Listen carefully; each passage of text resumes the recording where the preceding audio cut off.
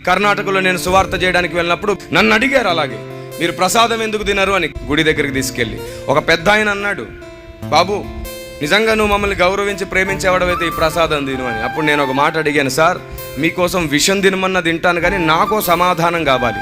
నేను చెప్పేది కరెక్ట్ అయినప్పుడు మీరు నాకు జవాబు చెప్పలేకపోతే నా చేతిలో పెట్టిన దాన్ని మీరే తీసేసుకోవాలి, చెప్పు బాబు అని అడిగాడు. అప్పుడు నేను చెప్పాను, మీ మతంలోనే అయ్యప్ప మాలలని భవానీ మాలలని వేసుకునే అన్నదమ్ములు 41 రోజు 21 రోజు చేస్తారు కదా, చాలా భక్తిగా నిష్టగా ఉంటారు కదా, మీరు వాళ్ళని మీ గుడికి తీసుకెళ్ళి అక్కడ బలిగా అర్పించిన మాంసాన్ని తీసి వండి వారి ముందు పెడితే తింటారా అని అడిగాను. అప్పుడు ఆ పెద్ద ఆయన ఏమన్నాడు తెలుసా, తినరు బాబు అన్నాడు. ఎందుకు మతం మారారా అని అడిగాను, లేదు అన్నాడు. కులం మారారా అన్నాడు, లేదు అన్నాడు. సాంప్రదాయాలు మార్చుకున్నారా అంటే లేదు అన్నారు. మరి ఎందుకు తినరు?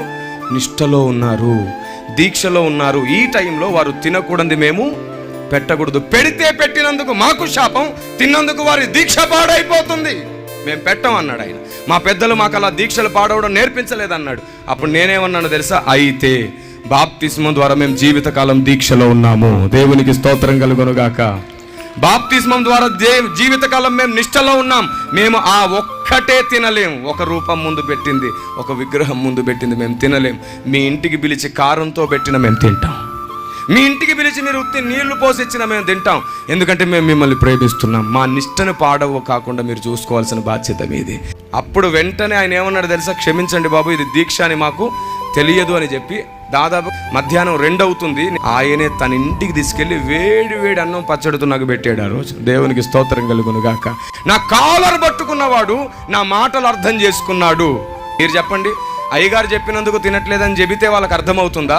అసలు మనం ఎందుకు తినట్లేదో వారికి అర్థమయ్యేటట్లు చెబితే వారికి అర్థమవుతుందా? నోరు మంచిదైతే.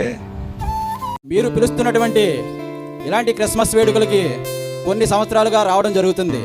కానీ ఈరోజు అతి చిన్న వయస్సులో కిరణ్ పాల్ గారు చెప్పినటువంటి మాటలు ఎంతో ఆనందదాయకంగా, మీకు మాకు కూడా ఎంతో సంతోషకరంగా ఉన్నాయి. సార్ చెప్పారు, మనం చేస్తున్న పనుల వల్ల కొంత వ్యతిరేకత వస్తుందన్నారు. ఇది వాస్తవం.